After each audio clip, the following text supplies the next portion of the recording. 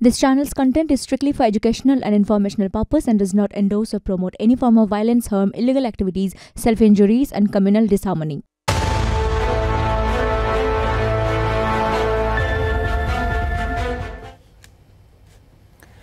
নমস্কার, শুরু করছি বাংলা at 5। নীলাঞ্জনা রয়েছে আপনাদের সঙ্গে। গতকালই শীর্ষ আদালত সময়সীমা বেঁধে দিয়েছিল জুনিয়র ডাক্তারদের কাজে ফেরার জন্য বিকেল 5টা। সেই সময়সীমা শেষ হতে আর 1 মিনিট মতন বাকি রয়েছে। স্বাস্থ্য ভবনের সামনে এই মুহূর্তে জুনিয়র তারা অবস্থানে বসে রয়েছেন। তারাও পাল্টা সময় দিয়েছে বিকেল 5টা। 5 দফা দাবি 5টার মধ্যে পূরণ করতে হবে, তা না হলে স্বাস্থ্য ভবনের সামনে তারা টানা অবস্থান চালিয়ে যাবেন। গতকাল আমরা দেখেছি শীর্ষ আদালতের নির্দেশের পরও তারা তাদের জায়গায় অনড় রয়েছেন, তারা কর্মবিরতিতে অনড় রয়েছেন এবং পাল্টা তারা আরও 5 দফা দাবি জানিয়েছেন। এবং সেই দাবির মধ্যে যেখানে স্বাস্থ্য অধিকর্তা, স্বাস্থ্য শিক্ষা অধিকর্তা, স্বাস্থ্য সচিবের পদত্যাগের দাবিও রয়েছে। আজকে যে ছবি দেখতে পাওয়া গেল, গতকাল যে স্বাস্থ্য ভবন অভিযানের ডাক জুনিয়র চিকিৎসকেরা দিয়েছিলেন, আন্দোলনরত চিকিৎসকেরা দিয়েছিলেন, এবং আজকে যে ছবি দেখতে পাওয়া গেল করুণাময়ী থেকে মিছিল করে সেই স্বাস্থ্য ভবনের দিকে এগিয়ে আসলেন এবং সেখানে প্রতীকী মস্তিষ্ক হাতে, ঝাঁটা হাতে কি স্লোগান উঠল?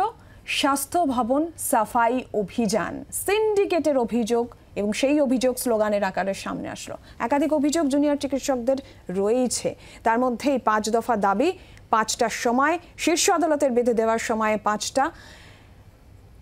এরপর জুনিয়র চিকিৎসকেরা তারা কি করবেন? রাজ্য সরকার গতকালকে আমরা দেখেছি মুখ্যমন্ত্রী মমতা বন্দ্যোপাধ্যায় তিনিও জুনিয়র চিকিৎসকদের কাজে ফেরার আহ্বান জানিয়েছেন, মুখ্য সচিব আহ্বান জানিয়েছেন।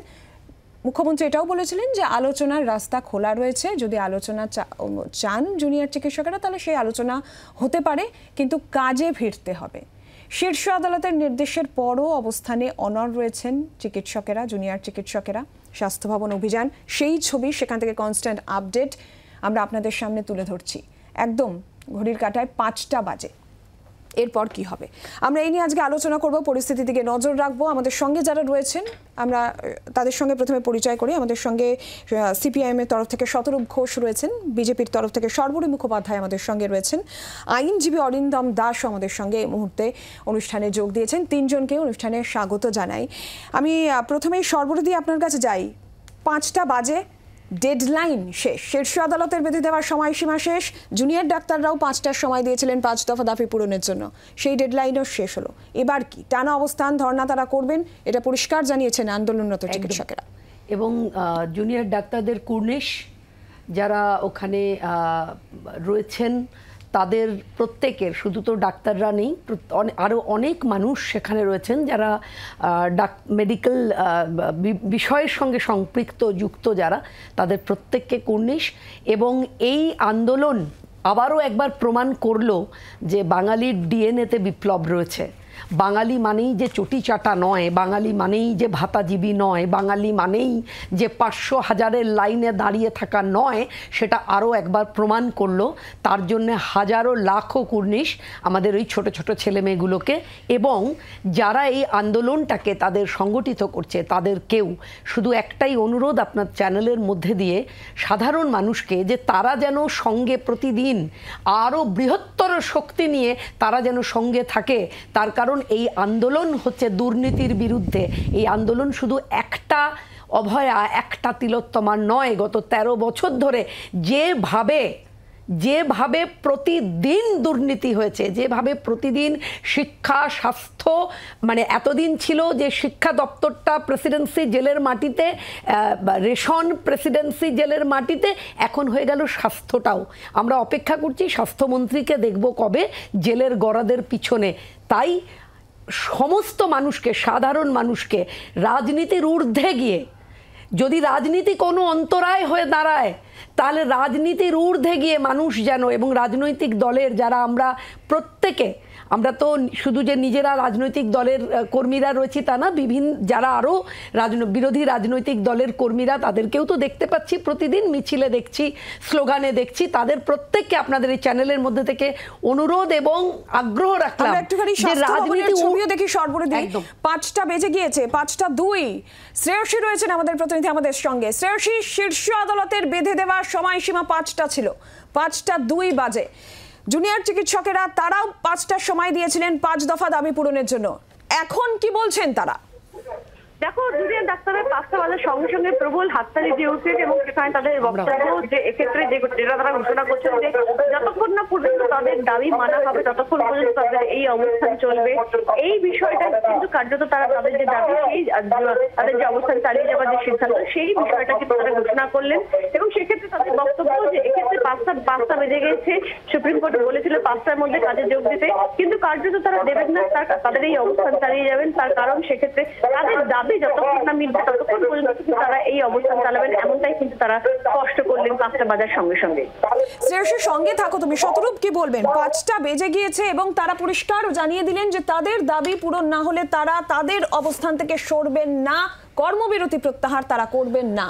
দেখুন, আমি একটা কথা বলছি, একটা অদ্ভুত ব্যাপার আমরা দেখছি যে এক্ষেত্রে কেউই নিজের ঘাড়ে দায় নিচ্ছে না, না রাজ্যের সরকার না সুপ্রিম কোর্ট। এটা আমি কোনো সমালোচনা করছি না সুপ্রিম কোর্টের বিশেষ করে, কিন্তু আমার এটা ব্যাপারটা অদ্ভুত লাগছে। এটা দেখুন, জুনিয়র ডাক্তাররা তারা পশ্চিমবঙ্গ সরকারের অধীনে এখন কাজ করছেন, সুতরাং তাদের কোনো কাজ যদি সরকারের মনে হয় বেআইনি হচ্ছে বা মানে তাদের যা দায়িত্ব দেওয়া আছে তার বাইরে হচ্ছে, তাহলে তাদের বিরুদ্ধে প্রথম ব্যবস্থাটা নেওয়ার কথা পশ্চিমবঙ্গ সরকারের।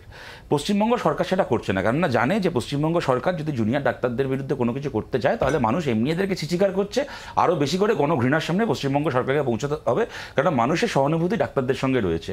তারা নিজের ঘাড়ে বন্দুকটা রাখছেন না, সুপ্রিম কোর্টের দিকে চালিয়ে দিচ্ছেন। কপিল সিব্বাল একটা ছিঁচকা দুনিয়া বাচ্চার মতো কোর্টে দাঁড়িয়ে বলছেন যে দেখুন না ওরা কিরাম করছে, ওরা কোনো কাজ করছে না, আপনি একটু বকে দিন না। মানে এটা যেন বাবা মা নিজের সন্তানকে শাসন করতে পারছে না বলে পাশের বাড়ির কাকুকে ডেকে বলছে দেখুন আমার ছেলে মেয়ে আমার কথা ছড়ে না, আপনি একটু বকে দিন তো বলে বলছে যে আপনি একটু বকে দিন। এবার সুপ্রিম কোর্ট বকে দিচ্ছেন কি? সুপ্রিম কোর্ট পরিষ্কার নির্দেশ দিক, যেটা সুপ্রিম কোর্ট অফ ইন্ডিয়া নির্দেশ দিচ্ছে যে ইউ রিজিউম ওয়ার্ক। তারপরে সেটাকে যদি ভায়োলেট করে তাহলে সেটা সুপ্রিম কোর্টের কন্টেম্প্ট হবে, তাতে যা জেলে খাটানোর ফাঁসি দেওয়ার দেবে সুপ্রিম কোর্ট। কিন্তু যে কোনো কারণে ওটা কেন সুপ্রিম কোর্ট সেই দায়টা নিজের ঘাড়ে নিচ্ছে না, বলছে পশ্চিমবঙ্গ সরকার কিন্তু আপনাদের বিরুদ্ধে ব্যবস্থা নিতে পারে, তখন কিন্তু আমরা কিছু করব না। মানে এবার পাশের বাড়ির কাকু বলছে শোনো এরম করলে কিন্তু তোমার বাবা মা তোমাকে খুব বকবে, তখন কিন্তু আমি তোমার বাবা মাকে বারণ করবো না তোমাকে বকতে। মানে এইটা কি হচ্ছে আমার ঠিক মাথায় ঢুকছে না সত্যি কথা বলতে। আমি এইগুলোর বাইরে গিয়ে বলছি যে ডাক্তাররা যে দাবিটা করছেন এটাই তারা খুব অন্যায় দাবি করছেন। আজকে যে দাবি নিয়ে ওনারা স্বাস্থ্য ভবনে গেছেন যে স্বাস্থ্য দপ্তরে ঘুঘুর ভাষা ভাঙতে হবে, আজকে ধরুন সন্দীপ ঘোষ নিজে রিজাইন করার পরে 4 ঘন্টার মধ্যে তাকে পুনর্বাসন দিল, যেই হয়ে থাক, স্বাস্থ্যমন্ত্রী মমতা বন্দ্যোপাধ্যায় হয়ে থাকুন কি স্বাস্থ্য সচিব হয়ে থাকুন কি মমতা বন্দ্যোপাধ্যায় নির্দেশে স্বাস্থ্য সচিব করে থাকুন, যেই করে থাকুন না কেন একটা তো অ্যাকাউন্টেবিলিটি তাকে নিতে হবে। তা কোনো একজনকে তো এগিয়ে এসে বলতে হবে যেটা আমাদের দোষ হয়েছে, ভুল হয়েছে, অপরাধ হয়েছে, হয় আপনারা আমাকে ক্ষমা করুন অথবা আমি সরে যাচ্ছি। কেউ সেটা করছেন না। আপনারা জানেন গতকাল নতুন করে খবরটা সামনে এসছে, এই সন্দীপ ঘোষ 2017 সালে হংকংয়ে একজন নার্সকে যৌন হেনস্থা করতে গিয়ে গ্রেপ্তার হয়েছিল এবং জেল খেটেছিল ওখানে। এবার আমি একটা কথা বলি আপনাকে নীলাঞ্জনা, আপনি খুব ভালো করে এটা জানেন, কোনো সরকারি চাকরিতে যদি গ্রুপ ডি কোনো পিওনের পোস্টেও কেউ যোগ দেন তারও পুলিশ ভেরিফিকেশন হয়, তারও একটা ব্যাকগ্রাউন্ড চেক হয়, তার নামে কোনো কেস আছে কিনা, কখনো জেলে গেছে কিনা। সেখানে একজন গেজেটেড র্যাঙ্কের অফিসার পদে যে কাজ করছে সন্দীপ ঘোষ, সে যৌন হেনস্থা করে জেল খেটে আসলো, তারপরে পশ্চিমবঙ্গ সরকার তাকে হচ্ছে আরজি করের মতো একটা মেডিকেল কলেজের প্রিন্সিপাল বানিয়ে দিল। এই সিদ্ধান্তগুলো যারা নিয়েছে তারা কেউ কোনো শাস্তি পাবে না, খালি চোখ রাঙানি দেখবে জুনিয়র ডাক্তাররা। আমার শেষ কথা এখানে বলছি, আজকে জুনিয়র ডাক্তারদেরকে কোন মুখে এরা বলছে বলুন তো কাজে ফিরতে? আপনার মনে থাকবে 2019 সালে যখন SSKM একজন জুনিয়র ডাক্তারকে মাঝরাত্রিবেলা মারা হয়েছিল, তারপর জুনিয়র ডাক্তাররা রাজ্য জুড়ে কর্মবিরতি করেছিলেন, মমতা বন্দ্যোপাধ্যায় তারপরে তখন এরকম চমকেছিলেন, ধমকেছিলেন, চোখ রাঙিয়েছিলেন।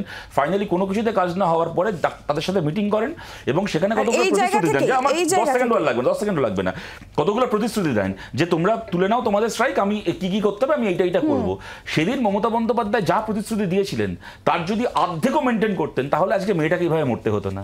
তারপরে যদি জুনিয়র ডাক্তাররা আজকে বলে যে আমরা একটা বিহিত চাই, তারা কোনো অন্যায় কথা বলছেন?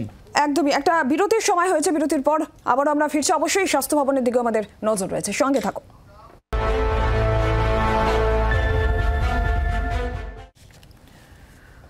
আমরা স্বাস্থ্য ভবনের দিকে নজর রেখেছিলাম। জুনিয়র চিকিৎসকেরা তারা তাদের জায়গায় অনড়, তারা তাদের অবস্থানে অনড়। দাবি পূরণ না হলে তারা যেমনটা জানিয়েছিলেন যে তারা স্বাস্থ্য ভবনের সামনেই ধর্ণা অবস্থান চালিয়ে যাবেন এবং সেই মতো তারা সেখানেই বসে রয়েছেন। ডেডলাইন শেষ, শীর্ষ আদালতের ডেডলাইন শেষ। গতকালকে শীর্ষ আদালত শুনানি পর্বে যেমনটা বলেছিল যে এবার যদি কাজে নাই, নির্দেশের পরেও কাজে না ফিরলে তাহলে রাজ্য যদি চায় ব্যবস্থা নিতে পারে, আদালত বাধা দেবেন। আমি এই জায়গা থেকে একটুখানি অরিন্দম বাবুর কাছে যাবো। অরিন্দম বাবু, সেক্ষেত্রে কি শীর্ষ আদালতের যে নির্দেশ ছিল সেই নির্দেশ আমরা দেখলাম যে জুনিয়র চিকিৎসকরা তারা কিন্তু সেই নির্দেশ, সেই বেঁধে দেওয়ার সময়সীমার মধ্যে কাজে যোগ দিলেন না। এক্ষেত্রে আইনত কি পদক্ষেপ হতে পারে? কারণ শীর্ষ আদালত এবার রাজ্যের কথা বলেছিল যে রাজ্য পদক্ষেপ নিতে পারে, কি পদক্ষেপ নিতে পারে?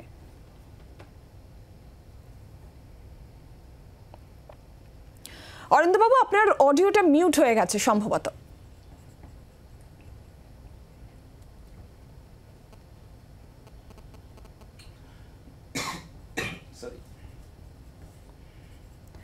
অরিন্দমবাবু শোনা যাচ্ছে, বলুন। বললাম শীর্ষ আদালতের যে বিষয়টা আমরা বারবার কালকে থেকে বলছি, একটা জিনিস আমাদেরকে বুঝতে হবে শীর্ষ আদালত কি বলেছিল। শীর্ষ আদালত কিছু ডিরেকশন দিয়েছিল, কিছু স্টেট গভর্নমেন্টের রিপোর্ট ফাইল করা হয়েছিল, স্ট্যাটাস রিপোর্ট। সেই স্ট্যাটাস রিপোর্টের পর শীর্ষ আদালত কিছু অবজারভেশন দিয়েছে।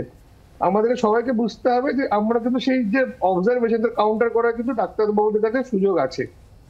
আমরা যদি সেই অর্ডারটা দেখি, আপনি যে ডিরেকশনটা বলছেন যেটা 18 নম্বর প্যারাগ্রাফে আছে, তার আগে কিন্তু 16 নম্বর আছে। সেটাতে কি বলেছে শীর্ষ আদালত?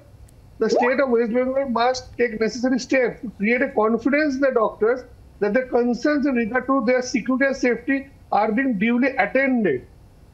মানে 16 নম্বর যে প্যারাগ্রাফের যে পয়েন্টটা, সেটা কিন্তু আপনাকে করতে হবে।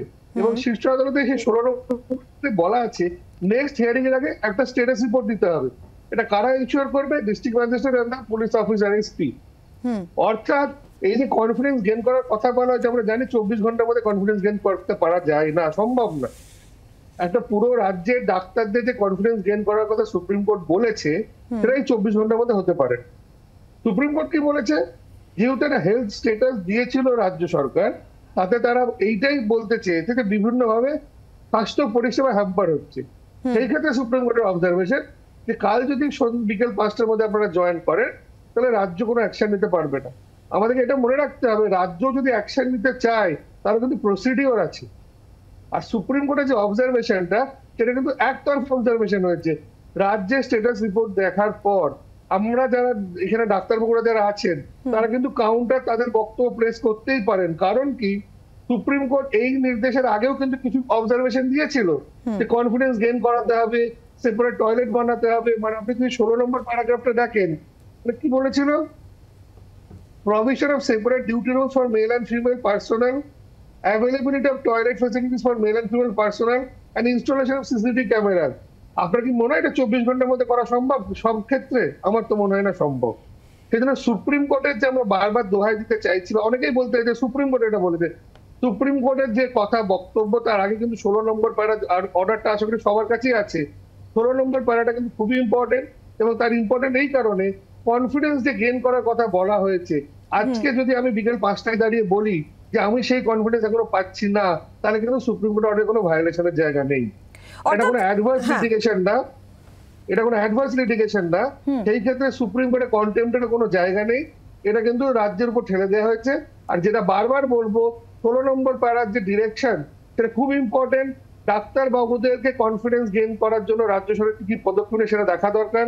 আর যদি ডাক্তারবাবুরা সেই কনফিডেন্স না পায়, তাহলে 5টার মধ্যে জয়েন করার কিন্তু কোনো প্রশ্নই উঠছে না।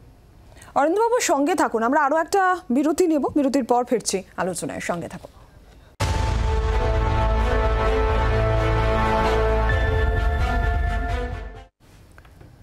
বেঁধে দেওয়ার সময়সীমা শেষ। এই মুহূর্তে স্বাস্থ্য ভবনের সামনে ঠায় বসে ধর্ণা অবস্থানে বসে রয়েছেন জুনিয়র চিকিৎসকেরা। তারাও নিজেদের দাবিতে অনড়। 5 দফা দাবি। আমরা যদি একবার শুনি যে 5 দফা দাবি ঠিক কি কি, শুনুন কি বলেছিলেন জুনিয়র চিকিৎসকেরা। আমরা মাননীয় মুখ্যমন্ত্রীর প্রেস বিবৃতি থেকে জানতে পারলাম, সিপি নাকি তার কাছে পদত্যাগপত্র জমা দিতে এসেছিলেন। তিনি নিজে দায় স্বীকার করেছেন তদন্তের গাফিলতি। তারপরেও কেন তার পদত্যাগপত্র জমা নেওয়া হয়নি? পুলিশের কাজ কি শুধুই ভিড় নিয়ন্ত্রণ করা? এদের ভরসাতেই কি মেয়েরা কাজ করতে যাবেন? অবিলম্বে তাকে কাজ থেকে অব্যাহতি দিতে হবে। অভয়ার পরিজনকে টাকা দিতে চাওয়া ডিসি নর্থকে তদন্তের আওতায় আনতে হবে। মিথ্যে কথা বলে অভিজ্ঞকে আড়াল করতে চেয়েছেন ডিসি সেন্ট্রাল, তার বিরুদ্ধেও শাস্তিমূলক পদক্ষেপ নিতে হবে। আপনারা শুনলেন এরকমই 5 দফা দাবি রয়েছে এবং তার মধ্যে স্বাস্থ্য অধিকর্তা, স্বাস্থ্য শিক্ষা অধিকর্তা এবং স্বাস্থ্য সচিবের পদত্যাগের দাবিও কিন্তু রয়েছে। আমি শতরূপের কাছে যাই। শতরূপ, বারবার করে যে বিষয়টা কিন্তু জুনিয়র চিকিৎসকদের বক্তব্যে উঠে আসছে যে নিরাপত্তা, তারা যেরকম ন্যায় বিচারের দাবি জানাচ্ছেন, তারা কিন্তু বারবার করে হাসপাতালগুলির নিরাপত্তা নিয়ে একটা প্রশ্ন তারা জোরদারভাবে তুলছে। আন্দোলন থেকেও আমরা দেখছি এই প্রশ্ন উঠছে। মুখ্যমন্ত্রী মমতা বন্দ্যোপাধ্যায় এর আগেও তুমিও যেমনটা এসএসকেএম এর ঘটনার উল্লেখ করলেন, সেক্ষেত্রেও নিরাপত্তার বিষয়টা মুখ্যমন্ত্রী মমতা বন্দ্যোপাধ্যায় আশ্বাস দিয়েছিলেন। তাহলে কি বাস্তবে সেই ছবিটা আলাদা? আন্দোলনকারীরা তো সেই প্রশ্নই তুলছে। দেখুন, একজন মানুষ শ্লীলতাহানিতে গ্রেপ্তার হওয়া লোক যদি একটা হাসপাতালের প্রিন্সিপাল হয় সরকারের দ্বারা নমিনেটেড, তাহলে আপনি কি নিরাপত্তা সেখানে আশা করেন? একটা হাসপাতালে যদি র্যাকেট চলে, সিন্ডিকেট চলে, ডেড বডির হচ্ছে অর্গান বিক্রি করার, ব্যবহৃত সিরিঞ্জ থেকে শুরু করে মেডিকেল ওয়েস্টকে ঘুরপথে আবার স্মাগলিং করে এনে দ্বিতীয়বার বিক্রি করার, এবং সেখান থেকে যদি টাকা যায় কালীঘাটে এবং ক্যামাক স্ট্রিটে, তাহলে নিরাপত্তা দেবেটা কি? ওই রাজেশ খান্নার, ওই কিশোর কুমারের গানটা মনে আছে, রাজেশ খান্নার লিপে চিঙ্গারি কই ভরকে তো সাবান উসে বুঝায়, সাবান যা বাগান লাগায় উসে কন বুঝায়। নিরাপত্তাটা যার দেওয়ার কথা তিনি যদি সব নিরাপত্তা বেঁচে কাটমানি খান, তাহলে নিরাপত্তাটা দেবেটা কি? আর এই প্রশ্নগুলোর ওদের কাছে উত্তর নেই বলেই এত বড় একটা মানে মিথ্যে একটা অছিলা তৈরি করছে যে জুনিয়র ডাক্তারদের কর্মবিরতির জন্য নাকি 23 জন মানুষ মারা গেছেন আমাদের রাজ্যে। আমি পরিষ্কার বলছি, ডাক্তার মানে সিনিয়র যারা ডাক্তার তারা প্রথম দিন থেকে বলে আসছেন যে একটা পশ্চিমবাংলা সরকারি হাসপাতালে একটা পরিষেবা আটকে থাকবে না, এটা আমাদের দায়িত্ব, আমরা গ্যারান্টি দিচ্ছি। এক, দ্বিতীয় কথা, আমি আপনাকে জিজ্ঞেস করছি, আমার কাছে যে লিস্টটা আছে আপনার কাছে থাকবে নিশ্চয়ই, 1404 খানা, কেমন 1404 খানা প্রাইভেট নার্সিংহোমের তালিকা পশ্চিমবঙ্গ সরকার থেকে ওদের ওয়েবসাইটে বড় মুখ করে টাঙিয়ে রেখেছে, যেখানে নাকি স্বাস্থ্যসাথীর কার্ড চলে, যেখানে নাকি 1 পয়সা না দিয়ে মানুষের ট্রিটমেন্ট হয়। তাহলে হঠাৎ করে তারা আন্দোলনকারীরা তাদের এই বক্তব্য ছিল যে এত যে সুপার স্পেশালিটি হাসপাতাল বা এই যে পরিষেবা, তাহলে এই তার মানে স্বীকার করুন যে স্বাস্থ্যসাথীর এটা পুরো ভাওতা।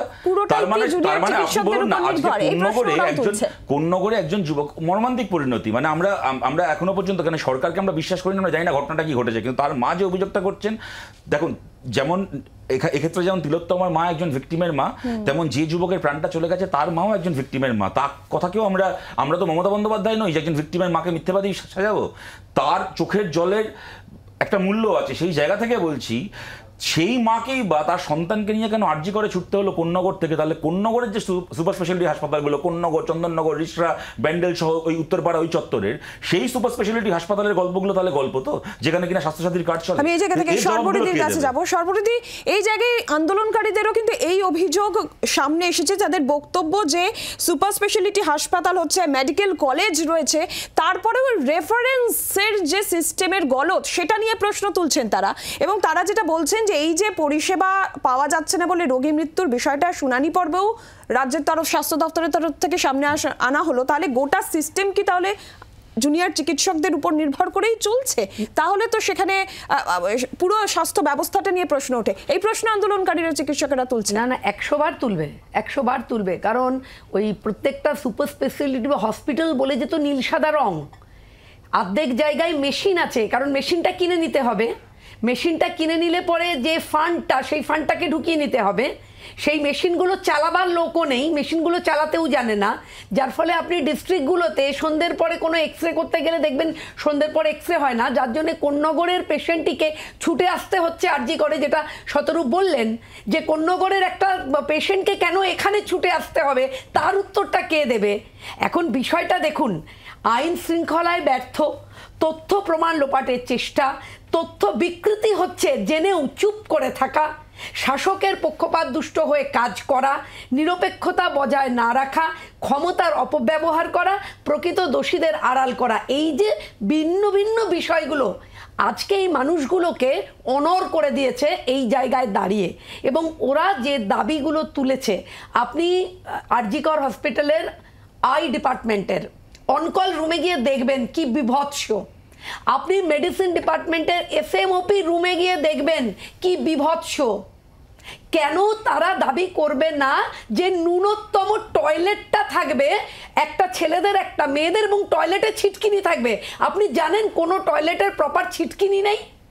কি বলছে এরা কি বলছে? এই মানুষগুলো আজকে আন্দোলন না করলে আমরা জানতে পারতাম যে আরজিকর নামক এই হাসপাতালটার ভিতরে কি চলে, মানে জাল ওষুধ বলুন, তারপর রিসাইকেল বিন মানে ছুঁচ বলুন, ব্যবহার করা রাবার গ্লাভস বলুন, ওষুধ বলুন, এমনকি বডি পার্টস, এটা কি চলছিল এখানে? আমাদের সঙ্গে আলোচনায় যোগ দিয়েছেন তৃণমূল কংগ্রেস সমর্থক বর্ণ বর্মন। বর্ণ, আপনি শুনতে পাচ্ছেন একাধিক অভিযোগ জুনিয়র চিকিৎসকেরা করছেন। 5 দফা দাবি নিয়ে স্বাস্থ্য ভবনের সামনে তারা অবস্থানে অনড় রয়েছেন। তার মধ্যে স্বাস্থ্য অধিকর্তা, স্বাস্থ্য শিক্ষা অধিকর্তা, স্বাস্থ্য সচিবের পদত্যাগের দাবি তারা জানাচ্ছেন। কি বলবেন? দেখুন, দাবি তো করতেই পারে, দাবি করায় কোনো অসুবিধা নেই। মানুষ ভোট দিয়েছেন, তারা সেই সরকারের কাছে অনেক কিছুই দাবি দেওয়া রাখতেন। মানুষ, জনগণ যা বলবে আমরা শুনবো। রাজনৈতিকভাবে গোলা জলে মাছ ধরতে নেবে যারা অপ্রাসঙ্গিক, যাদেরকে জনগণ বারবার প্রত্যাখ্যান করেছে, তাদের কিছু নাচন কদনে কিছু যায় আসে না। বলছিল ছিটকিনি নেই বাথরুমে, শুনছিলাম আমার আগে দিদি বলছিল। আরে দেশ স্বাধীন হয়ে গেছে, 75 বছর হয়ে গেছে, এখনো রেলের মগটা পর্যন্ত চেন দিয়ে বেঁধে রাখতে হয়। আমরা কি আদেও সভ্য হতে পেরেছি সেটা আগে আমাদেরকে জিজ্ঞেস করতে হবে। যে আলোচনা, আন্দোলনকারী চিকিৎসকেরা তারা তাদের দাবি না পূরণ হওয়া পর্যন্ত এখানে বসে রয়েছেন, স্বাস্থ্য ভবনের সামনে তারা বসে রয়েছেন। তাদের দাবি নিয়ে আপনি কি বলবেন? তাদের যে দাবি, তারা যে 5 দফা দাবি জানাচ্ছেন, সেখানে নিরাপত্তার দাবি আসছে, দুর্নীতির যে আরজি করে যে দুর্নীতির একাধিক অভিযোগ সামনে আসছে, যার জন্য সন্দীপ ঘোষ প্রাক্তন অধ্যক্ষ তাকে গ্রেফতারও করা হলো দুর্নীতি মামলায়। এই বিষয়গুলোকে তারা সামনে রাখছেন যে রাজ্য কেন জবাব দিচ্ছে না, এটা নিয়ে আপনি কি বলবেন? না, আমি আপনাকে বলি, ডক্টররা সিকিউরিটি চাইছে, যেগুলো বেসিক, সেগুলো তাদের যদি মনে হয় এনহ্যান্স হওয়ার দরকার আছে, রাজ্য সরকারের কাছে তারা তাদের দাবি দেওয়া রাখুক, রাজ্য সরকার বিবেচনা করবে। কিন্তু আমি আপনাকে বলছি, না আমি আপনাকে বলছি, দেখুন, ন্যায্য দাবিকে আমরা কখনো অস্বীকার করি না, বা নতুন কোনো যদি কারোর কোনো পয়েন্ট থাকে সেগুলো অলওয়েজ অ্যাপ্রিশিয়েটেড। তার মানে কি এই ছেলেমেয়েগুলো যে দাবি তুলছে তাকে আপনারা অন্যায্য বলছেন? মধ্যিখানে বললে কিন্তু মুশকিল হবে দিদি, মধ্যিখানে বললে মুশকিল হবে। আমারটা বলতে দিন। তো আমি আপনাকে বলছি, যদি ন্যায্য কোনো দাবি থাকে সেটা শোনা হবে, মানা হবে, সেটা বিবেচনা করা হবে। কিন্তু সুপ্রিম কোর্ট তো একটি রায় দিয়েছে 5টা থেকে ফেরার জন্য, সেটাও তারা একটু বিচার করুক। আমরা হাত জোর করে বলছি, ডাক্তারদের বিকল্প কিন্তু অন্য কেউ হতে পারে না। লোকে যে কোনো চাকরি বা যে কোনো পেশার লোকে ঢুকে যেখানে সাবস্টিটিউট দেওয়া যায়, কিন্তু একটা ডাক্তারের সাবস্টিটিউট কিন্তু রাস্তা থেকে ধরে আনা যায় না। আমরা তাদের সব দাবি দাওয়া মানবো, যেগুলো ন্যায্য সেগুলো সরকার মানবে। কিন্তু সরকার যেটা বলছে যে আপনারা আপনাদের কাজটাকে, মানে আপনারা যে কাজটা করেন সেটা লাইফ সেভিং বল, সেটা অন্য কেউ করতে পারে না। আপনারা সেই জায়গাটা দেখুন যাতে মানে হ্যাম্পার না হয়। আপনারা আন্দোলন করুন, আপনাদের দাবি দেওয়া থাকতেই পারে, সেটা অসুবিধা নাই। কিন্তু তার মধ্যে কিছু কাক ময়ূর সেজে ঢুকে পড়েছে, কিন্তু আসলে তারা কাক। বর্ণ, একজন ডাক্তারের কোনো বিকল্প হয় না, আপনি বললেন। আমরা দেখেছি 9 তারিখের যে ঘটনা, একজন তরুণী চিকিৎসক অন ডিউটি অবস্থায় তার দেহ উদ্ধার হলো, হাসপাতালের মধ্যে দেহ উদ্ধার হলো। তারপরে এত বড় আন্দোলন, এত দিনের আন্দোলন, ডাক্তারের কোনো বিকল্প হয় না, আপনি বলছেন। সেটা নিয়ে প্রশ্ন উঠবে না? দল মানে আমার সেই জন্য উৎসবে ফিরতে বলেছেন, দল মানে বলে। আমি বলছি উৎসব তো অনেক কিছুই, উৎসবের তো অনেক রং আছে। বটে তো, বটেই তো। আপনাদের নেতারা বিদেশে চলে যাচ্ছে ফ্লাইটের টিকিট কেটে, আর এখানে উৎসবে এখানে বলছে আননেসেসারি কথা বলবেন না, মানুষগুলো জড়িয়ে আছে, আননেসেসারি কথা বলবেন না। জড়িয়ে আছে। আমি ওনার একটা কথার সাথে দুর্গাপূজা, খালি দুর্গাপূজা নয়, ওকে, আজকে ভাই আমার নাম সদরু, এটাকে আপনারা অস্বীকার দেখুন, আমি একটা কথা বলি যে আমি ওনার আলাদা করে ওনার কথার উত্তর দিতে চাই না, কারণ কদিন আগে আপনারা দেখেছেন তৃণমূল থেকেই একটা মানে প্রেস রিলিজ করেছিল, যেখানে পরিষ্কার বলেছে যে we also clarify and request the people of West Bengal not to be misled by individuals portrayed as party supporters or sympathisers on this platforms during discussions because their views do not represent the views of the party. সুতরাং আমি ওনার কথার সাধারণভাবে উত্তর দিতে চাই না, তবে ওনার একটা কথার সাথে আমি একমত যে ডাক্তারের কোনো বিকল্প এইভাবে রাস্তা থেকে ধরে আনা যায় না। ডাক্তার মানে তো আর শাসক দলের প্রতিনিধি নয় যে নেতারা মুখ লুকোচ্ছে বলে রাস্তা থেকে সাপোর্টার ধরে নিয়ে চলে আসলাম। কিন্তু যে কথাটা এখানে বলা হচ্ছে তা হচ্ছে এই যে ওনারা যে কথাটা বলেছেন যে 23 জন মানুষের নাকি প্রাণ চলে গেছে ডাক্তাররা কাজ করছেন না বলে। একটা 5 বছরের বাচ্চাও জানে পশ্চিমবাংলার সরকারি হাসপাতালগুলোতে যদি ডাক্তাররা কাজ না করতেন তাহলে 30 দিনে 23 জন না 30,000 মানুষের প্রাণ চলে যেত। যার এতটুকু বোধ বুদ্ধি আছে সে জানে। আমি একটা কথা বলি নীলাঞ্জনা আপনাকে, আমরা সাধারণ মানুষ তো, যদি আমাদের বাড়ির কারোর একটা ধরুন হাসপাতালে ভর্তি করতে হবে, অ্যাডমিট করাতে হবে, কি ধরুন একটা অপারেশন করাতে হবে, এবার বলা হলো যে একটা সরকারি হাসপাতালে ভর্তি করতে হবে, ধরুন আমি মনে হলো কোন সরকারি হাসপাতালে কোন ভালো ডাক্তার আছে সেটা খোঁজ নেওয়ার আগে আমাদেরকে খোঁজ নিতে হয় আমাদেরকে ভালো কন্ট্যাক্ট আছে, যাতে সেখানে কোনো রকম একটা বেডের ব্যবস্থা করে ভর্তি করতে পারি। আমরা রাজনীতি করি, দেখুন আমি কোনো এমএলএ এমপি নই, কাউন্সিলর নই, আমার কোনো ক্ষমতা নেই, কিন্তু যেহেতু একটা পাবলিক লাইফে আছে, মানুষ হয় বোধহয় বিরাট ক্ষমতা আছে, আমরা কিছুই নই। তুই আমাদেরকে সকাল থেকে কত মানুষ ফোন করে একটা হাসপাতালে ভর্তির জন্য, আন্দাজ করতে পারি যারা আজকে ক্ষমতায় আছেন নিশ্চয়ই তাদের কাছে আরো বেশি মানুষ যান, নিশ্চয়ই তারা সাহায্য করেন অনেক মানুষকে। আমি কথাটা এই কারণে বলছি, আজকে হাসপাতালে একটা বেড না পেয়ে ভর্তি না হতে পারার সমস্যাটা মর্মান্তিক, কিন্তু এটা কোনো কর্মবিরতির সঙ্গে সম্পর্কিত একদমই আসবো, সতেরো আসবো। একটা বিরতির সময় আছে, আবারও বিরতির পর ফিরছি আলোচনায়, সঙ্গে থাকুন।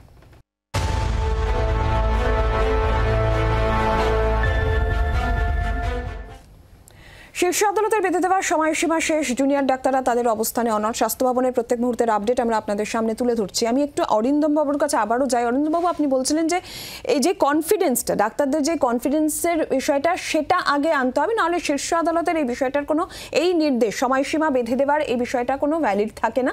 এবং শীর্ষ আদালত ইতিমধ্যেই, যেমনটা গতকাল শুনানি পর্বেও আমরা দেখলাম, যে রাজ্য সরকারের দিকেই বিষয়টা রেখেছে, যে রাজ্য সরকার যদি এরপরেও কোনো পদক্ষেপ করে তাহলে আদালত বাধা দেবে না। সেক্ষেত্রে আপনি বলছিলেন যে জুনিয়র ডাক্তাররাও কিন্তু এক্ষেত্রে পদক্ষেপ করতে পারে আইনি। কি পদক্ষেপ তারা করতে পারে তাদের তরফ থেকে? একটা জিনিস যেটা আগেও আপনাকে বললাম, যে অর্ডারটা কালকে, আসলে অর্ডারটা আমরা রাতে পেয়েছি, আজকে পেয়েছি। তো কালকে ধরুন আমরা যে মানে কথোপকথন হয়েছে সুপ্রিম কোর্টে, তারপর দাঁড়িয়ে অনেক কিছু শুনেছি বা বুঝেছি। অর্ডার আসার পর কিন্তু অনেক স্পেসিফিকেশনস আছে অর্ডারে। হ্যাঁ, একটু যদি আপনি ব্যাখ্যা করেন। হ্যাঁ, একটু গভীরে খুঁটিয়ে দেখলে জিনিসটা বোঝা যাবে। যেটা আপনাকে প্রথমেই বললাম, যে আমার 18 নম্বর প্যারাগ্রাফের আগে কিন্তু 16 নম্বর প্যারাগ্রাফে কিছু মেজার সুপ্রিম কোর্ট বলেছে নেয়ার জন্য, যে এই যে ইন্ডিভিজুয়াল টয়লেট, মেয়েদের ছেলেদের আলাদা। সবথেকে বড় কথা হচ্ছে confidence in the doctor concerning the security and safety. এটা সবথেকে বড় ইম্পর্টেন্ট পয়েন্ট, যেটা ডাক্তারকে বারবার তুলছে। পুলিশকেও যে রিপোর্ট দেওয়া হয়েছে, পুলিশকে বলেছে সিসিটিভি ইনস্টল করার কথা বলা হয়েছে। এবার আমরা 18 নম্বর প্যারাগ্রাফ আছি, যেটা নিয়ে আমরা এত আলোচনা করছি, যে এই যে ডাক্তাররা 5টার সময় 5টার মধ্যে জয়েন করলো না, তাহলে কি হবে? এই প্যারাগ্রাফের মধ্যে একটা জায়গা লেখা আছে, however if there is continued abstaining of doctors from work despite the above actions being taken, ঠিক আছে? মানে এটা কিন্তু সুপ্রিম কোর্ট বলেছে যে যদি এর পরও, মানে যে সুপ্রিম কোর্ট আগে যে সাজেশনস গুলো দিল, যে মেজার্স গুলো রাজ্য সরকারকে নিতে বললো, তাদের সেফটি সিকিউরিটি গুলো দিতে বললো, এর পরও যদি ডাক্তাররা না জয়েন করে, তাহলেই কিন্তু প্রশ্নটা আসছে। তাহলে আমি যেটা আপনাকে বললাম, কালকে সুপ্রিম কোর্টের অর্ডার, আজকে সেটা বাস্তবায়িত হচ্ছে ভাবার কোনো কারণ নেই। কারণ কি, সুপ্রিম কোর্ট নিজেই অর্ডারে বলেছে নেক্সট শুনানিতে একটা স্ট্যাটাস রিপোর্ট চেয়েছে। তাহলে এই যে আমরা বারবার 5টা ডেডলাইনের কথা বলছি, সেখানে কিন্তু কিছু কন্ডিশনস আছে, যে কন্ডিশন যদি ফুলফিল করে রাজ্য সরকার, তাহলেই কিন্তু এটা মানে একে অপর পর, মানে একটা হলেই পরেরটা হবে। এটা কোথাও ভাবার কারণ নেই যে এই যে safety security measures, confidence build up করা, সিসিটিভি লাগানো, সেপারেট বাথরুম, এগুলো হলোই না, তাহলে কিন্তু এই জায়গাটা বারবার একবার পড়ে শুনিয়ে দিচ্ছি। However, if there is continued absence of doctors from work, despite the above facilities which have been directed to put in place, there may be a likelihood of adverse action. Supreme court যে direction গুলো দিল, সেগুলো নেওয়ার পরও যদি ডাক্তাররা অ্যাবস্টেন্ড করে, তাহলেই কিন্তু এই প্রশ্নটা আসছে। 5টার মধ্যে জয়েন করতে বলা হয়েছিল, এটা কিছু প্রি কন্ডিশন ছিল। আমার সেই প্রশ্ন, কি রাজ্য সরকারকে এই 24 ঘন্টার মধ্যে এই পুরোপুরি ফ্যাসিলিটিস গুলো আনতে পেরেছে? যদি না পেরে থাকে, তাহলে কিন্তু ডাক্তারদেরও সুপ্রিম কোর্টে বক্তব্য রাখার জায়গা আছে। কারণ কি, এই যে 5টায় জয়েন করার জন্য সুপ্রিম কোর্ট যে কন্ডিশনটা বেঁধে দিয়েছিল, সেটা কিন্তু ফুলফিল হতে হবে, তাহলেই কিন্তু 5টা ডেডলাইনটা কার্যকরী করা যাবে। আইনজীবী হিসেবে এটা আমার পার্সোনাল। তার মানে পরবর্তী যে শুনানির দিন ধার্য করা হয়েছে, অর্থাৎ 17 তারিখ, সেক্ষেত্রে আমরা দেখলাম এই গতকালকের শুনানিতেও কিন্তু এই আন্দোলনকারী চিকিৎসকদের আইনজীবী ছিলেন, কিন্তু তিনি কিন্তু সেইভাবে সরব হলেন না। এবার আপনাকে একটা কথা বুঝিয়ে দিই, যেটা হচ্ছে আমাদের যে আইনের যারা ছাত্র, আমরা সবকিছু সুপ্রিম কোর্টে লিখিত আকারে জমা করতে হয়। কেন, আজকে স্ট্যাটাস রিপোর্ট যেটা রাজ্য সরকার দিয়েছিল সুপ্রিম কোর্টে, অ্যাজ পার লিগাল প্রভিশন, সেটা সবাইকে সার্কুলেট হওয়া উচিত। এবং যেহেতু যদি আমার এগেইনস্টে কোনো অ্যাডভান্স কমেন্ট বা অ্যাডভান্স ডিরেকশন থাকে, আমি কিন্তু কাউন্টার করার সুযোগ পাবো। কাল কিন্তু তাদের পক্ষে এইটাকে কাউন্টার করার কোনো সুযোগ ছিল না। আমি আশা করবো যে আইনজীবী লড়াই করছেন বা ডাক্তারবাবুরা, তারা নেক্সট দিন তাদের কাউন্টার করবেন, এবং যে কন্ডিশনটা সুপ্রিম কোর্ট দিয়েছে, সেটা যেহেতু রাজ্যের সরকার যদি ফুলফিল না করতে পারে, তাহলে কিন্তু এই ডেডলাইনের কোনো লিগাল স্ট্যাটাস থাকছে না বলে আমার মত। সেক্ষেত্রে তার মানে যে কন্ডিশন রয়েছে সেগুলো রাজ্য সরকারকে ফুলফিল করতে হবে। যদি এই শীর্ষ আদালতের বেঁধে দেওয়া সময়টার ভ্যালিডিটি আপনি বলছেন যে 5টা মানে যে আজকের মধ্যেই করতে হবে এমন কোনো বিষয় নেই, সময়সীমা 5টা মানে যে এটা এখনই হবে এমন কোনো নয়। এক্স্যাক্টলি, রাজ্য সরকারকে আপনি যদি অর্ডারে 16 নম্বর প্যারাগ্রাফ, 17 নম্বর প্যারাগ্রাফ, 18 নম্বর প্যারাগ্রাফ, এই 3টে প্যারাগ্রাফ দেখেন, তার আগে রাজ্য সরকারের রিপোর্টে বিস্তারিত ওখানে দেয়া আছে। কিন্তু যেটা আপনাকে বললাম, প্রথম যে ইম্পর্টেন্ট পয়েন্ট যেটা সুপ্রিম কোর্ট বলেছে, the state of the must take necessary steps to create a confidence in the doctors. এই কনফিডেন্স ইন দ্য ডক্টরস কি মনে হয় আপনার কালকে রাত্রে আজকের মধ্যে কনফিডেন্স চলে আসতে পারে? Step by step procedure. কারণ এটাও আমাদেরকে দেখতে হবে যে একটা বড় প্রশ্ন এটা আসছে যে সুপ্রিম কোর্ট মনে করেছে আরজি করে সিআইএসএফ দেওয়া দরকার, মানে সেন্ট্রাল ফোর্স এসছে, বাকি মেডিকেল কলেজ থেকে সেন্ট্রাল ফোর্স এসছে। এই বড় প্রশ্ন সুপ্রিম কোর্টের সামনে আমরা রাখতেই পারি, বা ডাক্তারবাবু রাখতেই পারেন, যে যদি এই পয়েন্টটাই হয় যে সেফটি, সিকিউরিটি, কনসার্ন এবং কনফিডেন্স গ্রো করার, আচ্ছা কনফিডেন্স গ্রো করার জন্য সুপ্রিম কোর্ট সিআইএসএফ দিয়েছে একটা হসপিটালে, বাকি মেডিকেল কলেজগুলো সেটা কেন দেওয়া হচ্ছে? তার মানে ডাক্তাররা আশ্বস্ত হবেন, তারপরেই গোটা প্রক্রিয়া তারপরে কি হয় সেদিকে নজর রাখতে হবে। অরিন্দমবাবু সঙ্গে থাকুন, আমরা একটা বিরতি নেব, তবে তার আগে এই মুহূর্তে স্বাস্থ্য ভবনের সামনে কি চলছে সেই ছবিটা দেখবো, দেখতে দেখতে বিরতিতে যাব।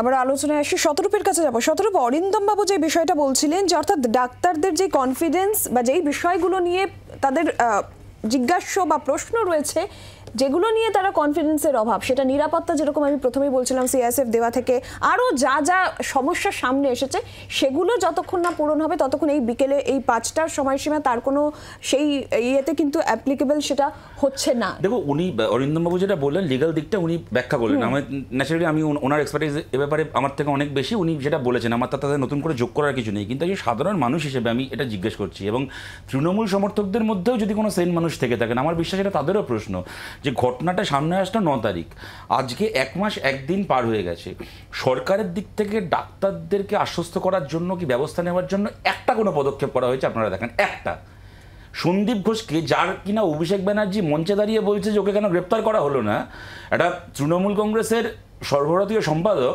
যার গ্রেপ্তারি চাইছে, তার পিসি রাজ্যের মুখ্যমন্ত্রী তাকে 4 ঘন্টার মধ্যে একটা প্রাইস পোস্টিং দিয়েছেন। তারপরে তাকে যখন ছাত্ররা কাজে যোগ দিতে দিচ্ছেন না, যখন তাকে ন্যাশনালে ট্রান্সফার করা হলো, তখন স্বর্ণকমল সাহা এবং জাভেদ খান পৌঁছে গেল যাতে সন্দীপ ঘোষ ন্যাশনালে কাজে যোগ দিতে পারে সেইটাকে দেখার জন্য। যত রকমভাবে সম্ভব ওর হয়ে দারোয়ান বৃত্তি করেছে। আমি বলছি কারণটা কি? একটা কোনো পদক্ষেপ, একটা কোনো ব্যবস্থা। কালকে মুখ্যমন্ত্রী প্রেস কনফারেন্স করে বলছেন বিনীত গোয়েলকে কেন চেঞ্জ করতে পারবো না, বলছে কদিন পরে দুর্গাপুজো, কলকাতায় কোথায় কোথায় বড় পুজো হচ্ছে, তাদের কার থিম কি, কোন ক্লাবের কোন পুজো কমিটির কি থিম, সব ও জানে, এখন চেঞ্জ করা সম্ভব?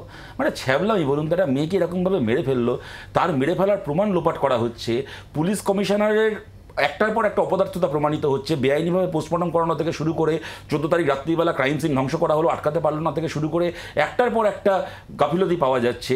যে মৃতা ধর্ষিতা, তার নাম প্রেস কনফারেন্স করে পুলিশ কমিশনার নিজে ঘোষণা করলো, যেখান থেকে তার নামটা পাবলিক হলো।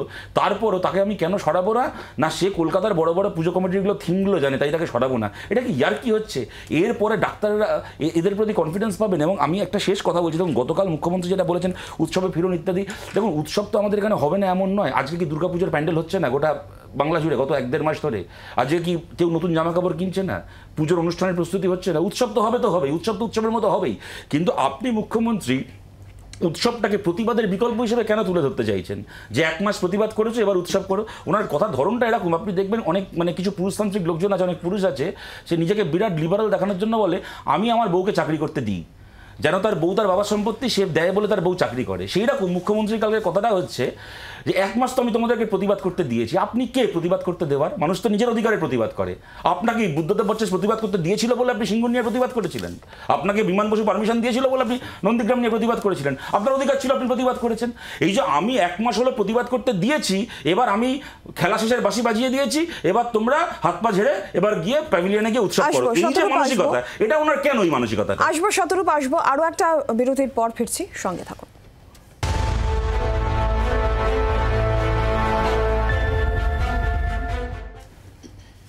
আমাদের সঙ্গে এই মুহূর্তে আলোচনায় যোগ দিয়েছেন অভিনেত্রী মোক্ষা। মোক্ষা, স্বাগত আপনাকে অনুষ্ঠানে। মোক্ষা, আপনি এই যে আরজি কর নিয়ে যে আন্দোলন ক্রমশ চলছে, লাগাতার 1 মাস ধরে এই আন্দোলন চলছে, আপনিও সরব হয়েছেন এই নিয়ে, এবং আজকে যে ছবি স্বাস্থ্য ভবনের, আপনিও জানেন যে জুনিয়র চিকিৎসকেরা এই মুহূর্তে তারা ধর্ণা অবস্থানে রয়েছেন, তারা নিজেদের দাবিতে অনড়, তারা কর্মবিরতি প্রত্যাহার করবেন না। এই গোটা বিষয়টা এখন আপনি কি বলবেন?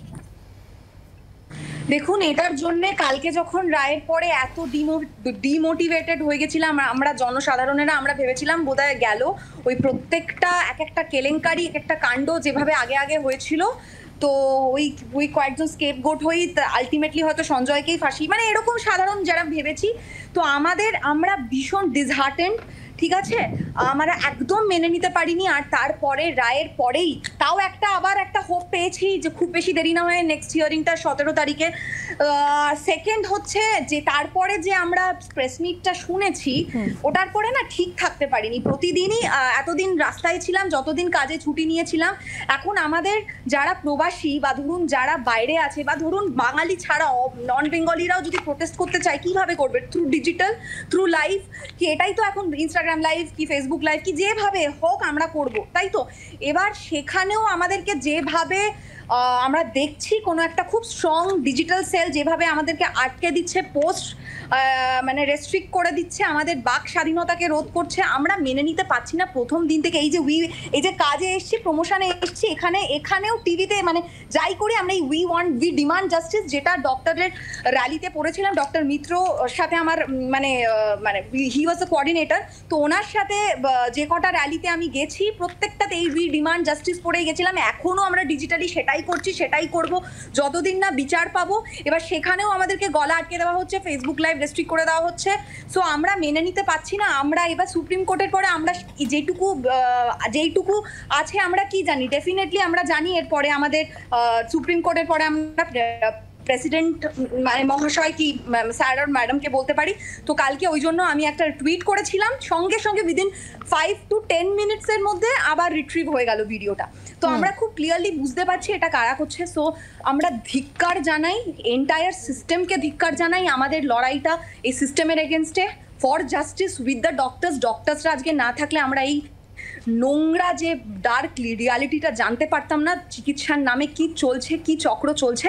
প্রথম দিন থেকে যা বলেছি এখনো তাই বলেছি, একদম এটাতেই দৃঢ় থাকবো। আপনারা আমাদের পাশে থাকুন, সো দ্যাট আমরা দূর থেকেও এই প্রোটেস্টটা চালিয়ে যেতে পারি। আমি সবাইকে বলছি, নন বেঙ্গলিজদেরও বলছি, আমরা যাতে একটা মাস পিটিশন ফাইল করে আমরা রাষ্ট্রপতির কাছে জানাতে পারি as a citizen of India হয়ে। That's it. ধন্যবাদ মোক্ষা। আমরা একবার স্বাস্থ্য ভবনের এই মুহূর্তের আপডেটটাও নিয়ে নিই। দেবব্রত রয়েছেন আমাদের প্রতিনিধি আমাদের সঙ্গে। দেবব্রত, এই মুহূর্তের ছবিটা স্বাস্থ্য ভবনের। দেখো, এই মুহূর্তে স্বাস্থ্য ভবনের সামনে তুমুল বিক্ষোভ চলছে এবং যত সময় যাচ্ছে বিক্ষোভ বাড়ছে। অবস্থান বিক্ষোভ, স্লোগান এবং জলের বোতল বাজিয়ে তারা বিক্ষোভে সামিল হয়েছেন এবং পরিষ্কারভাবেই যে আন্দোলনরত জুনিয়র ডাক্তার তারা কিন্তু জানিয়ে দিয়েছেন যে তাদের দাবি না মানা পর্যন্ত তারা কোনোভাবেই এখান থেকে অবস্থান থেকে তারা করবেন না। দরকার হয় সারা রাত চলে যেতে পারে বা আরো কয়েকদিন যেতে পারে, কিন্তু কতক্ষণে এই যে পরিস্থিতি স্বাভাবিক হবে সেটা এখনো পর্যন্ত পরিষ্কার নয়। কিন্তু তারা যে আন্দোলন চালিয়ে যাবেন তাদের দাবি না মানা পর্যন্ত, এটা পরিষ্কারভাবেই জুনিয়র ডাক্তাররা দাবি দিয়েছেন এবং তাদের সেই দাবিতেই তারা এখনো পর্যন্ত অবস্থান বিক্ষোভ চালিয়ে যাচ্ছেন, তারা স্লোগান দিচ্ছেন এবং কতক্ষণে যে পরিস্থিতি স্বাভাবিক হবে সেটা এই মুহূর্তে বলা সম্ভব নয়। তবে স্বাস্থ্য ভবনের সামনের রাস্তা কার্যত একেবারে বন্ধ করে দেওয়া হয়েছে, লোহার ব্যারিকেড দিয়ে ঘিরে দেওয়া হয়েছে, যাতে এখানে কোনো যান চলাচল করতে দেওয়া হচ্ছে না। স্বাস্থ্য ভবনের ঠিক কিছুটা সামান্য দূরেই জুনিয়র ডাক্তাররা তারা রাস্তায় বসে তারা আন্দোলন করছেন। দেবব্রত, নজর রাখো। আমি শতরূপের কাছে একটু আসি। শতরূপ, যে 5 দফা দাবি, তার মধ্যে রাজ্যের সব মেডিকেল কলেজ হাসপাতালে ভয়মুক্ত পরিবেশ এবং গণতান্ত্রিক পরিবেশ সুনিশ্চিত করা, অবশ্যই চিকিৎসক স্বাস্থ্যকর্মী সকলের নিরাপত্তা সুনিশ্চিত করা, এই দাবি কিন্তু এই 5 দফার মধ্যে থাকছে। তো কি মনে হচ্ছে যে এটা কতটা বাস্তবায়িত হওয়া এই সময়ের মধ্যে সম্ভব? তার কারণ এই দাবি কিন্তু আমরা দেখেছি, এই দাবি কিন্তু অনেক আগে থেকে উঠেছে, এমন নয় যে আরজি করের ঘটনার সময় এই দাবি সামনে এসেছে। সুতরাং ব্যাপারটাকে এইভাবে দেখা ঠিক নয় যে কালকে দুপুরবেলা জাস্টিস চন্দ্রচূড় বললেন আজকে বিকেল 5টার মধ্যে সরকারের পক্ষে করা সম্ভব ছিল না। মানে এই ঘটনার পরে জুনিয়র ডাক্তাররা গত 1 মাস ধরে এটা দাবি করছেন এবং সাধারণভাবে এই দাবি অনেক পুরনো দাবি। আজকে বামফ্রন্ট সরকারের আমলেও কি হাসপাতালে কোনো অসঙ্গতি ছিল না, একেবারে ভয়মুক্ত পরিবেশ ছিল, কোনো সমস্যা হয়নি, কোনো কিছু হয়নি, তা তো আমি বলতে পারি না।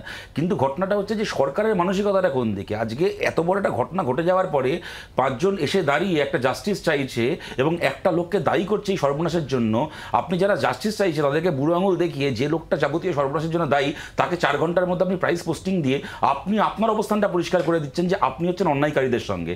তারপরে আবার দাঁড়িয়ে যারা প্রতিবাদ করছে আপনি মাইকে দাঁড়িয়ে বলছেন যে এবার আমাদের একটু ফোর্স করতে হবে, শ্রীরামকৃষ্ণ রেফারেন্স দিচ্ছেন। সুতরাং এই যাবতীয় ঘটনা কোথাও আপনার দলের একজন কাউন্সিলর, প্রাক্তন কাউন্সিলর দাঁড়িয়ে মাইকে বলছে, পেছনে তার ব্যানারে লেখা যে মা বোনেদের সম্মান রক্ষার্থে তৃণমূলের ধর্ণা, আর মা বোনেদের সম্মান রক্ষার্থে মাইকে ভাষণ দিচ্ছে যে সিপিএম এর পরিবারের বাড়ির মা মেয়েদের এবার ছবিকে বিকৃত করে ওদের দেওয়ালে আটকে দিয়ে আসবো। সুতরাং এই যে 1-1.5 মাস ধরে তৃণমূলের এই যে ভূমিকা আমরা দেখছি আমাদের রাজ্যে, তার পরিপ্রেক্ষিতে আজকে এদেরকে কেউ বিশ্বাস করছে না। কিন্তু সব কিছুর পরে আমি একটা কথাই বলবো যে সুপ্রিম কোর্টের ঘাড়ে বন্দুক রেখে না চালিয়ে আপনি মমতা বন্দ্যোপাধ্যায় ক্ষমতা থাকলে আপনি জুনিয়র ডাক্তারদের বিরুদ্ধে ব্যবস্থা নিয়ে দেখান।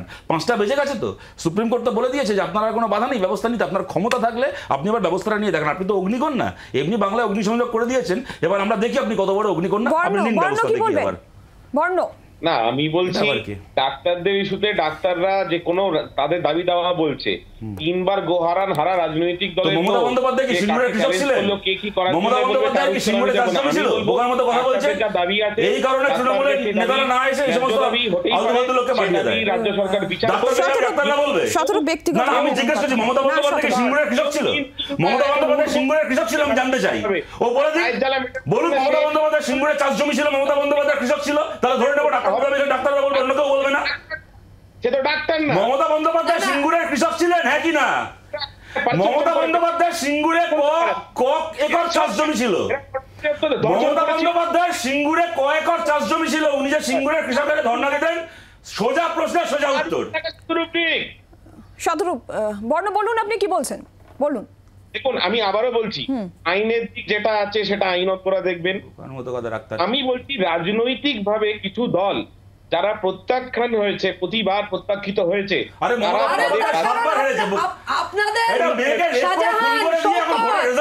মানে কত বড় নিষ্ঠুর নির্লজ্জ হলে তৃণমূল হওয়া যায়। একটা মেয়ের ধর্ষিতা লাশ পড়ে আছে, ও ভোটের রেজাল্ট দেখাচ্ছে। যান মেয়েটার বাবা মার কাছে গিয়ে ভোটের রেজাল্টের কপি দিয়ে জমা দিয়ে আসুন, যান। আপনাদের জয়ন্ত সিংহ, আমরা হেরে গেছি, আপনারা জিতে গেছেন, সেলিম, জাহাঙ্গীর, আমরা হেরে গেছি, আপনারা জিতে গেছেন, তো দায়িত্ব পালনের কথা বলবেন না। লোকে তো আমাদের হারিয়েছে, জিতিয়েছে আপনাদেরকে, দায়িত্ব তো আপনাদের। তাহলে জবাব তো আপনাকে দিতে হবে। সময় বলতে দেবে না আর নিজেদের কথা বলবে, তারপরে বলবে চুরি করে ভোট পান, আবার ভোটের কথা, লুট করে ভোটে জেতেন, আবার ভোটের কথা। জয়ন্ত সিংহকে দিয়ে ভোট করিয়ে ভোটে জেতেন, আবার ভোট নিয়ে আসছে। সর্বদাই বর্ণ বলুন। দেখুন, আমি আবারও বলছি, আনইন্টারাপ্টেড আমাকে 2 মিনিট সময় দেবেন। হ্যাঁ বলুন। ডাক্তারদের যা দাবি দেওয়া আছে, মহিলাদের বাথরুম আলাদা করা, পুরুষদের বাথরুম আলাদা করা, রেস্টরুম করা, এইগুলো ন্যায্য দাবি। এইগুলো নিয়ে কোনোদিন কারোর কিন্তু আমি একটা বিষয় আমি জানতে চাইছি, এই যে হাসপাতালের নিরাপত্তা সুনিশ্চিত করা, যারা স্বাস্থ্যকর্মী, যারা চিকিৎসক, যারা নার্স রয়েছেন, বা এই যে ভয়মুক্ত পরিবেশ, এই দাবি কিন্তু এর আগে উঠেছিল। দেখুন, এবং মুখ্যমন্ত্রী আশ্বাস দিয়েছিলেন এমনটা হবে। দেখুন, আমি আপনাকে বলি, ভয়মুক্ত পরিবেশ, আমার অন্ধকার ছাদে ভয় লাগে, আপনার অন্ধকার ছাদে ভয় লাগে না। কেউ যদি ব্যক্তিগতভাবে মনে করে তার অসুবিধা হচ্ছে, সে সেটা বলতেই পারে, কিন্তু সার্বিকভাবে মেডিকেল কলেজগুলো যে সংখ্যক মানুষ, যে আমি আমি বলছি, না উনি ঠিকই বলছেন, উনি যেটা বলতে চাইছেন যে কারো ধর্ষণে ভয় লাগে, কারো ধর্ষণে ভয় লাগে, দিনের পর দিন যেখানে এত ডক্টর পরিষেবা দিচ্ছেন দিনের পর দিন, এই ঘটনাকে আমি সাইডে রেখে যদি বলি, সাইডে রাখবেন কেন? কি মজা, সাইডে রাখবেন কেন? আলোচনা হচ্ছে ঘটনাটাকে নিয়ে, বলে ঘটনাটাকে সাইডে রেখে বলি। গোটা পশ্চিমবঙ্গ একমাস ধরে চলে যাচ্ছে, আপনি সাইডে রাখবেন কে? রাস্তায় কথা শোনে না জানি, এখানে আমাকে বলতে দিয়েছে, আমাকে বলতে দাও। দূর, আপনাকে তো তৃণমূল পাঠাইনি, আপনি কি বলবেন? আপনাকে তো তৃণমূলই বলতে দেন, আমরা কি করব? বলুন বড় বলুন। আরে আপনাকে তো তৃণমূলই বলতে দেন রে ভাই। আসবো শতরূপ, আসবো। বর্ণ বলুন। আমি বলবো রে ভাই, তুমি তো বলবে শতরূপ প্লিজ বর্ণ বলুন। চুপ করো। আরে ঠিক আছে, তোমরা আবার জিতবে, আবার মেয়েদের মারবে। শতরূপ প্লিজ। দেখুন, doctor, nurse, group D staff, বহু লোকজন হসপিটালে থাকে, তারা তাদের যা কাজ সেই কাজ করে। সেখানে কারুর যদি মনে হয় সে ইনসিকিউর, সেই তথ্য, সেই জায়গা সরকারের কাছে তুলে ধরতেই পারে। তুলে ধরার জন্য কাছে স্বাস্থ্য ভবনে এখন আরে তুমি ভাই চুপ করো না, তুমি গেছে তো এই কারণেই